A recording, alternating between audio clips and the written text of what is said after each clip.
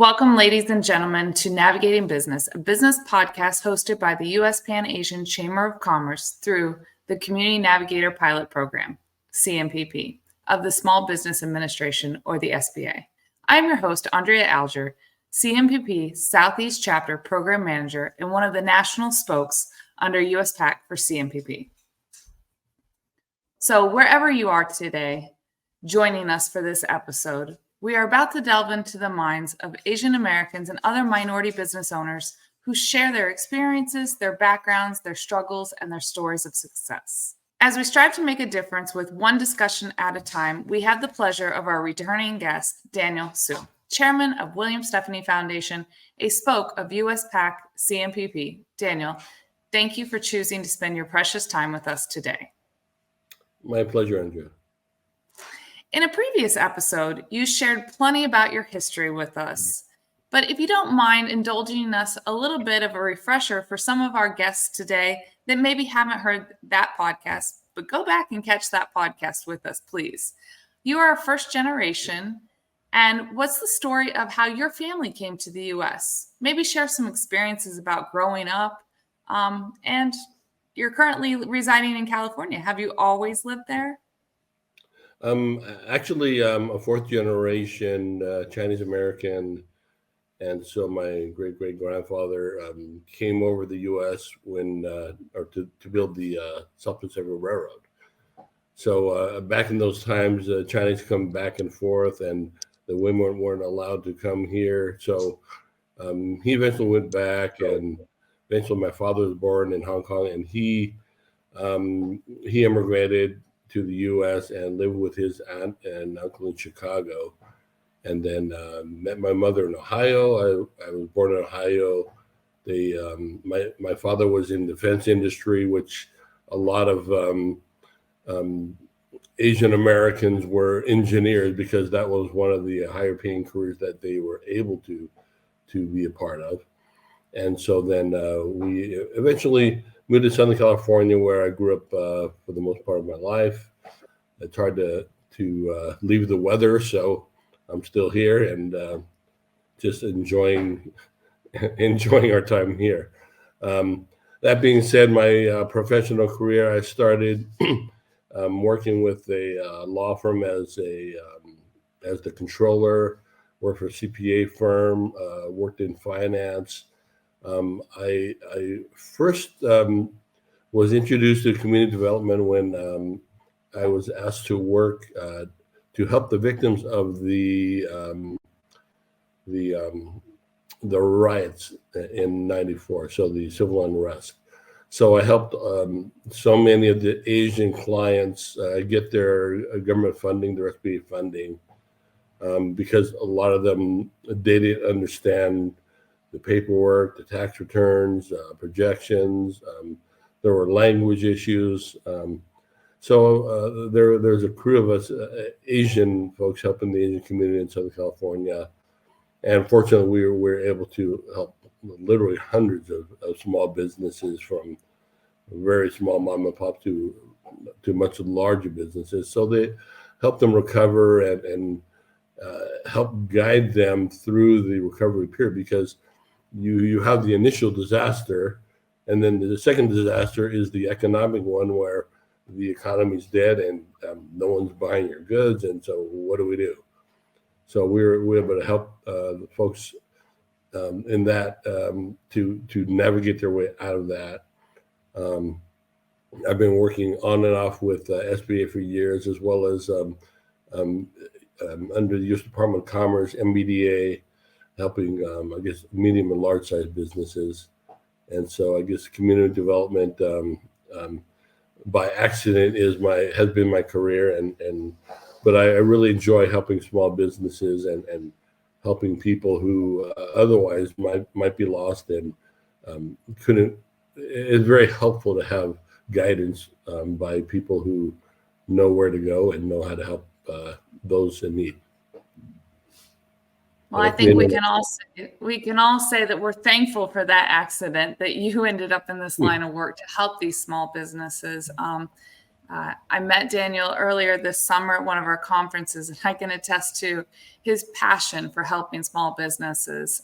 So, Daniel, I can also echo the lifestyle out there in California. No, nothing better than having that balance of work life and living in a place that you also love being in the environment. So, thank you for sharing that and being personable with our listeners today.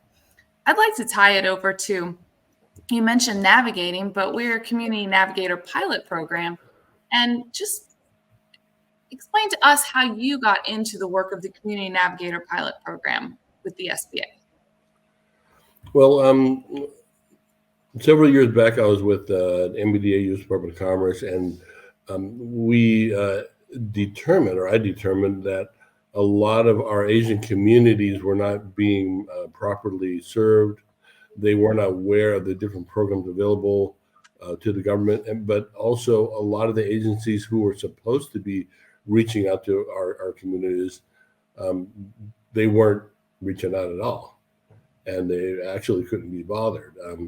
The problem was there were language barriers. There's trust issues.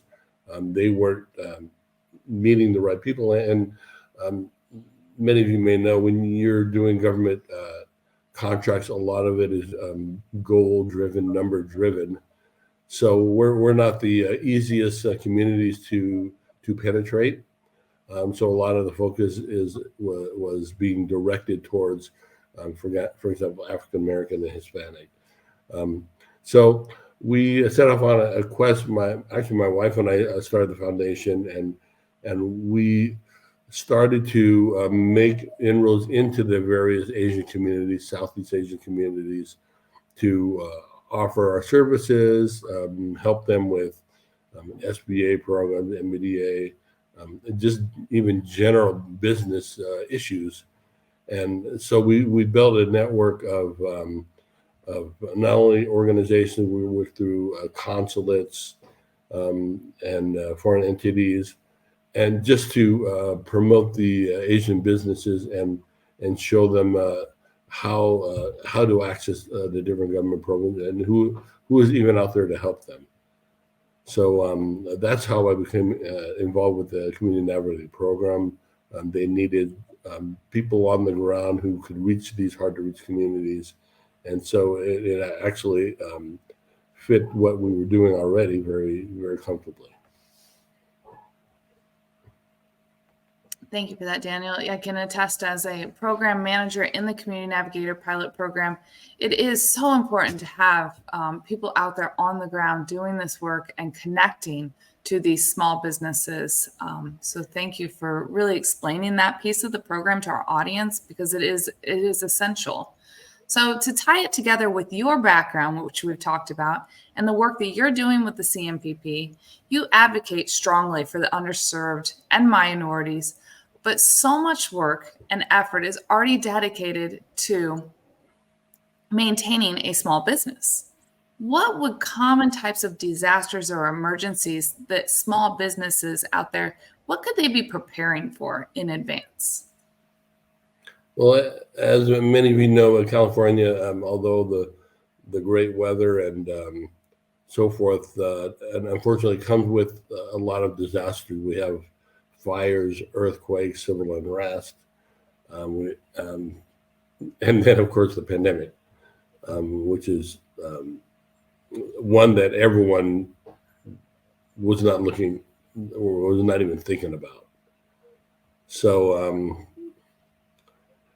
in dealing with all that, there are certain common things which businesses can do to prepare, and what do you do after. But then again, there are very unique situations which you need to be aware of in specific kinds of disasters.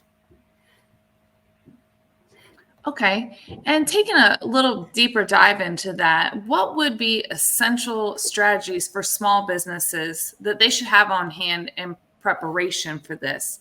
Such as, I'm thinking about tangibles, things, supplies, different things when we're looking at disasters or emergencies. Is there any feedback that you can give our audience on thoughts about tangible or intangible things that we could utilize to prepare?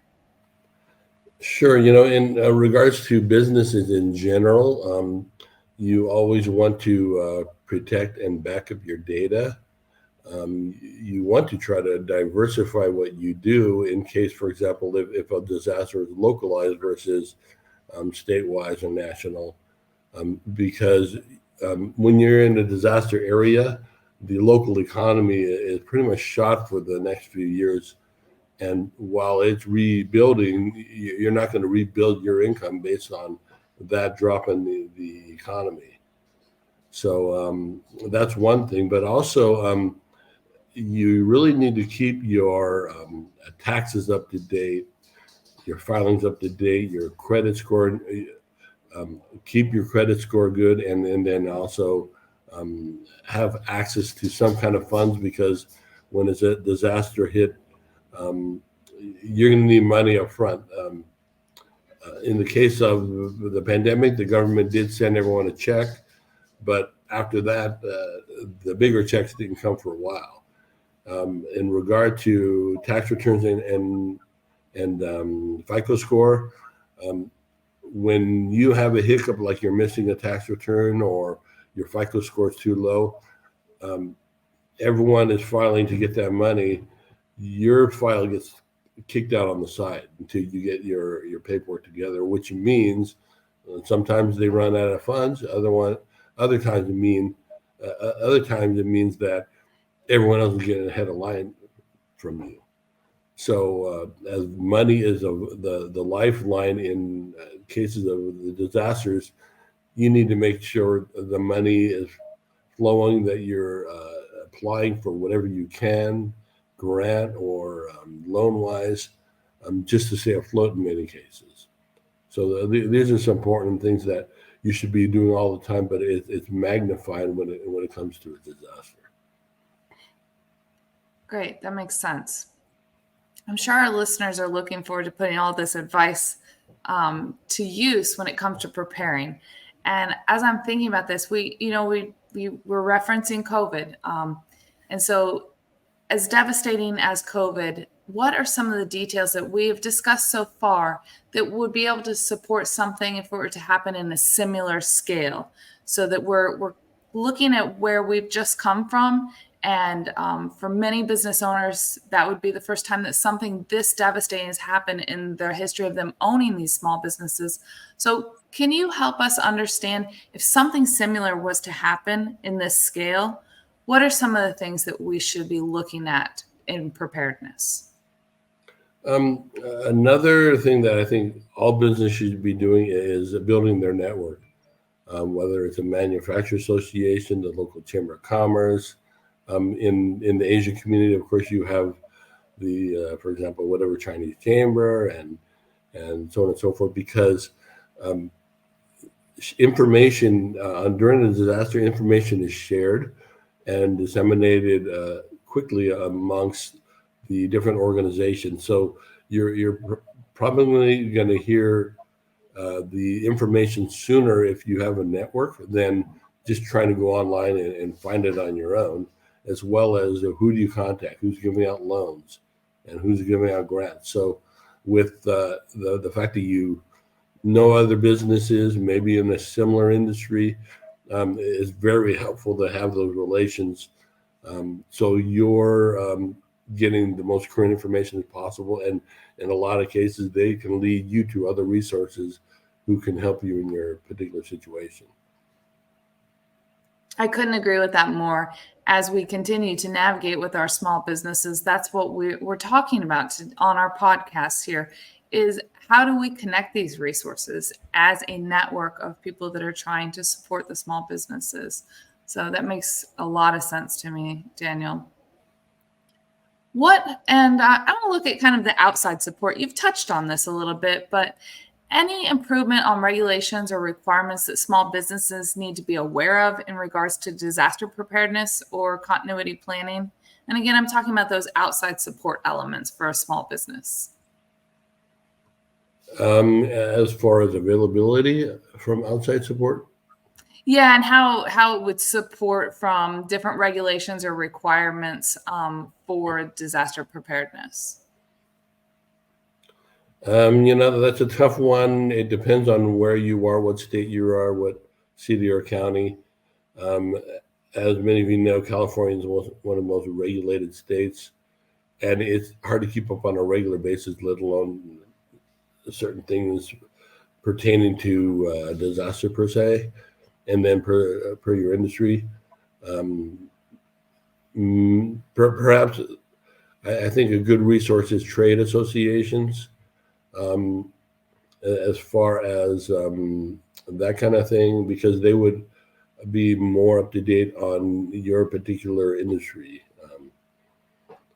So another resource we've always been working with is through the state treasurer's office, because not only are they familiar with different resources within the state, whether it's a grant or loan program for small business, but they also know where to go to get answers for the many other different industries and government agencies throughout the state. So we partner up and work with the state and the state treasurer very closely, even to this day, to see what's the latest to help the small business owner to survive. And we thought coming out of COVID, we all be doing real well, and now we're just going into another what seems like um, disaster or trying time. So it's good that we all stay working together and communicating and working with our network to see what's the best way to survive through the times we are now. Great advice. And so what I'm hearing is just to kind of repeat that for our listeners. Great advice that you're giving us, that we want to reach out to our individual states. So as you are in California and I'm in Georgia, we're going to want to make sure that we reach out to those trade associations, the treasurer, and any other of those small business resources that deal with our individual state regulations and requirements. That makes a lot of sense to me, Daniel. Thank you. So, switching gears a little bit, I'm pretty sure with all of your interactions with small business owners that you've had many different experiences. And I'm just hoping that you would be able to share a memorable moment that you could share as an example about preparing for a disaster, and even further, maybe a story about a recovery of a business, or even something of your own businesses that you've experienced in this preparedness. Um, well, one big observation is, especially on the SBA disaster lending side, is no one was really prepared for the pandemic, including the internal back office underwriting and programming and analysis of the loans and so forth. And what happens was that even for the slightest little discrepancy, shall we say, on your application, your application was kicked out. And for something as little as writing incorporated instead of Inc., which is your official when you file for the Secretary of State, that kind of little thing would get you kicked out. And so people don't know, well, I just got kicked out, but they weren't getting an explanation. Fortunately, we were able to work with people within SBA to determine, well, what exactly is the problem with this one file? And they'll say, oh, you just need to change that to Inc. And so, as simple as that, it would get it going. And then in essence, it's a lifesaver just to have that relation, to be able to just fix the niche, get it back in processing, and then get the small business owner their money. And this happened over and over again. You can't really blame SBA. I mean, they were overwhelmed. The system itself is so onerous, and the magnitude of applications was tremendous.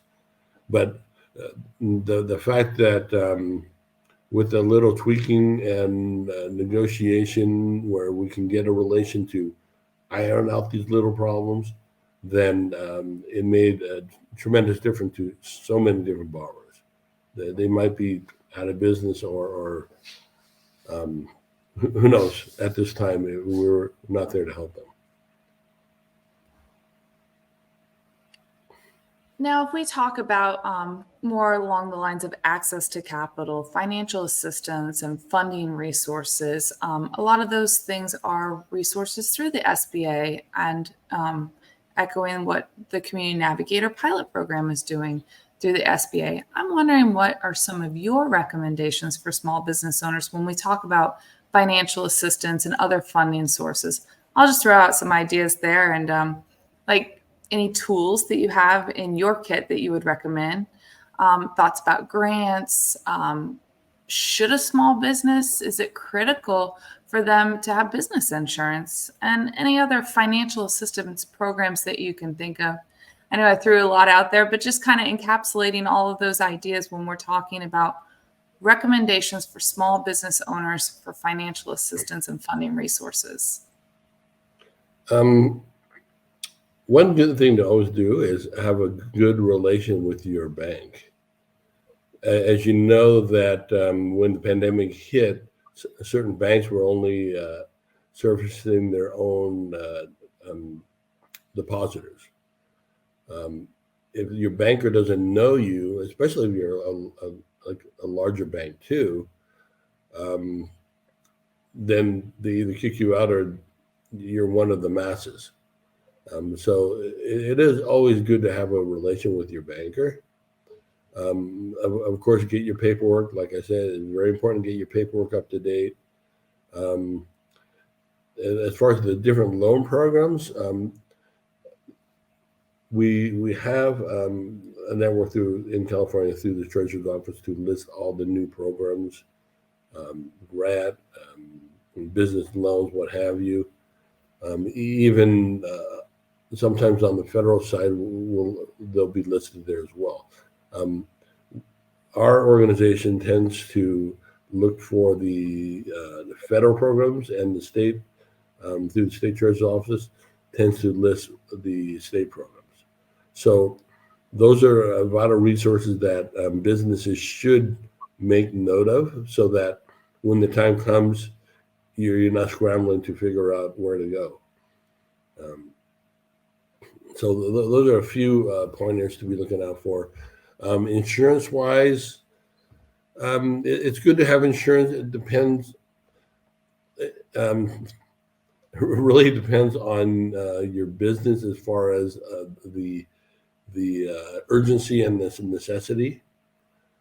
A lot of businesses are just scraping and make ends meet, and in California, insurance rates are pretty crazy at times. But it doesn't hurt to look into it either, to see what's available for your particular industry.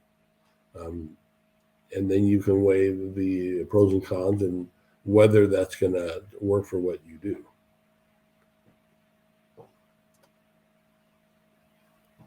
Thank you for covering over some of those resources for us, Daniel, as far as the financial and insurance inquiries for small businesses.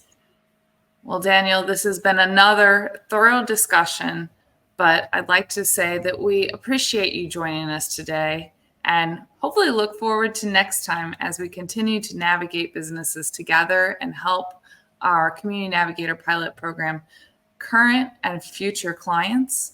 As we bring things to a close, would you mind sharing where business owners located near you or afar, how they can get in touch with you, just in case they might need your help or have more questions about the resources and small business resources that you shared with us today? How can we get in touch with you? Well, one way is, at least currently, is through the SBA website. If you put in Murrieta, California, then it would probably direct to our foundation, William Stephanie Foundation. And you can always go to our Facebook as well, William Stephanie Foundation, and our contact information will pop up. So we're very accessible. We try to return calls within 24 hours, and we're pretty much able to help businesses large and small and across the board different industries. So if we don't have the answer, then we can always find the right person to direct you to find the answers you need for your business. And we know that is true. Absolutely. In addition, our listeners can also go out to uspac.com. We have a special tab on the top left of our website for CMPP, and that'll also bring you to each of our spokes, to include the William Stephanie Foundation. So you are definitely accessible over there in California and nationwide. Thank you, Daniel, for this wonderful conversation.